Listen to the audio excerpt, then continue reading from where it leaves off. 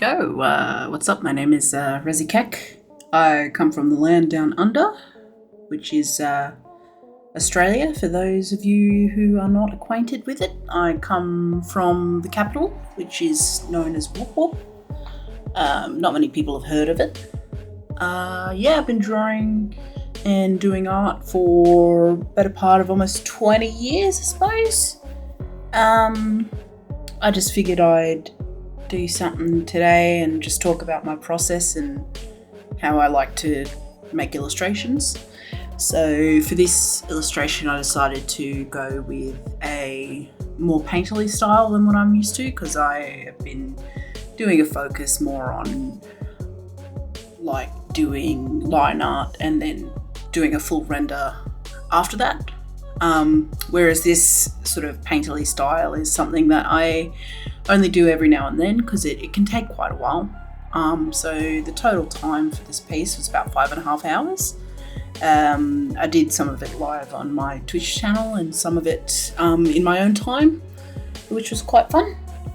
I just wanted to sort of talk you through the process and how my brain thinks about the way that I'm working on the piece.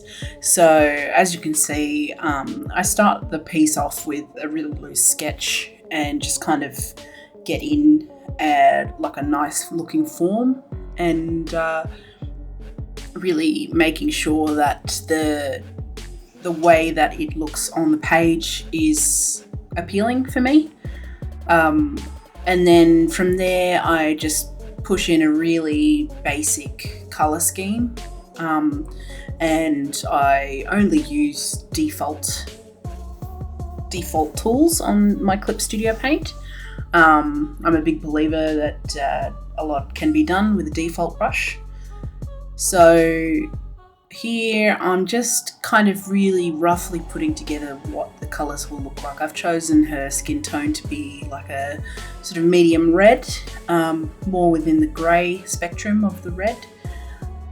And I also bring out the background essentially to make sure that the colours that I'm placing on top of the pink actually pop from behind the background, because if I don't focus on that, then it can very easily get washed out. So here I've established like my light source, which is coming from the top right, and I've quickly established a hard shadow, which is going in on her left side. Here I drew some wings, and I completely forgot about them in the final piece, but we could just keep going. So I've put down all my like basic colors, and here what I'm doing is I'm starting to refine the figure and starting to refine the shapes that I've established already. So it's a lot of like slow kind of methodical work at times. I'm using a lot of eyedropper tool, but I'm also selecting the colors from within the color palette, and I try not to saturate things too much, because it can tend to make the piece look a bit washed out in the end. So here I'm establishing shadows. I'm going through, I'm just adjusting some of the anatomy issues that I was sort of facing. And again, I'm just sort of pushing these colors more and trying to focus on keeping the same sketch underneath the painting. And so I'm just kind of I'm finding reference here for her armpit and her arms, because it's like a really particular way that the arm actually kind of floats into the arm socket. Here I'm taking like some multiply layers and establishing them to give her like a makeup look. So I decided on a smoky kind of makeup look, where it's like a nice smoky eye with like a darker lip. I think subtlety is kind of key when you're establishing these sorts of things, but you know, it's your art, you do with it what you want. Here I'm just kind of cleaning up her eyes and kind of establishing that almost like seppuku style of eye where it's underneath, like you see the whites underneath the eye. I think it gives her a sort of mysterious air and look about her. Again, I'm coming in, I'm just refining more of her facial features. I try not to hone in too much on the particulars of things, partly because at the end of the day, this is an A1 sized piece. So it's a large piece that's going to be in a poster form, and to zone in so far on something that isn't even like, say, I mean that in the sense of, if I'm zooming in on something and it's a few pixels, meanwhile on the piece it's actually huge, then that doesn't make any sense. It's no point in kind of doing that. Here I'm going in, I'm just establishing more of those shadows that I've already placed in, and just trying to kind of get things to appear more 3D. So I'm coming in, I'm putting in some quick dirty highlights. I really love the look of vinyl, and I love the look of vinyl shoes on women and on men.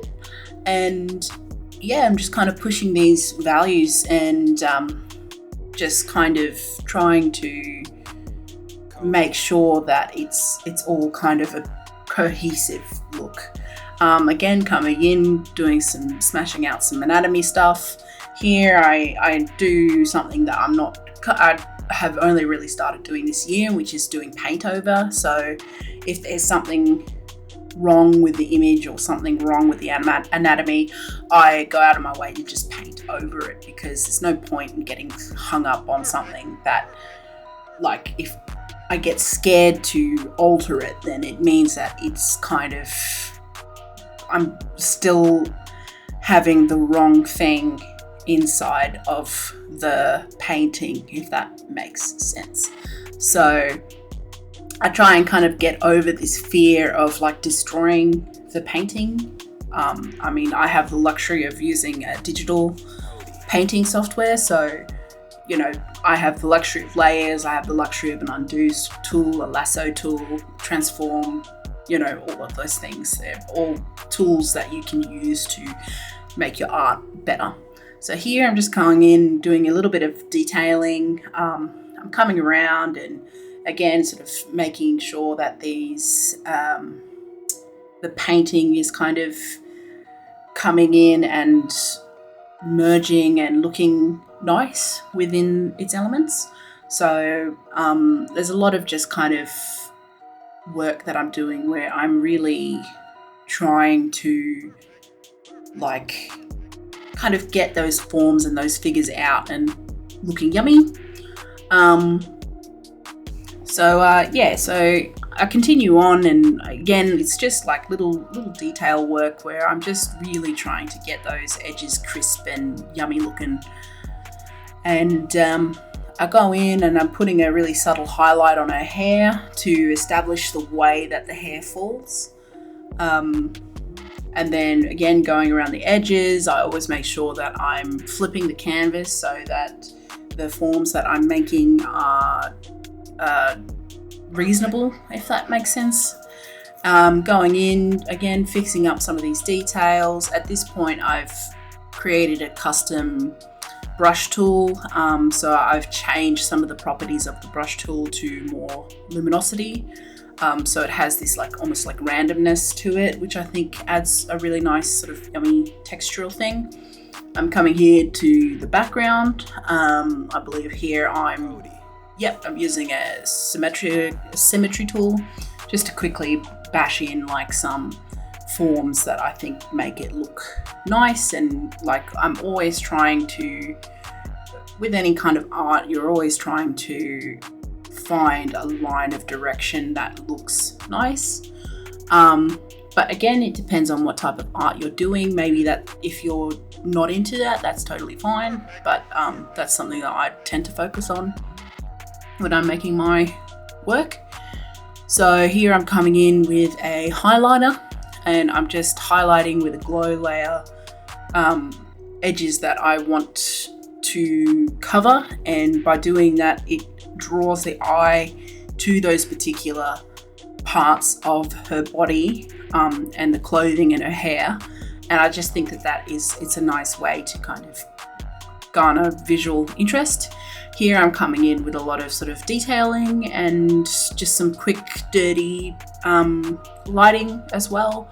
I come in and I use a mask to kind of give it this illusion of spectral light coming down. And yeah, this is the finished piece. It took about 5.5 hours, and yeah, it was a lot of fun. I really enjoyed it.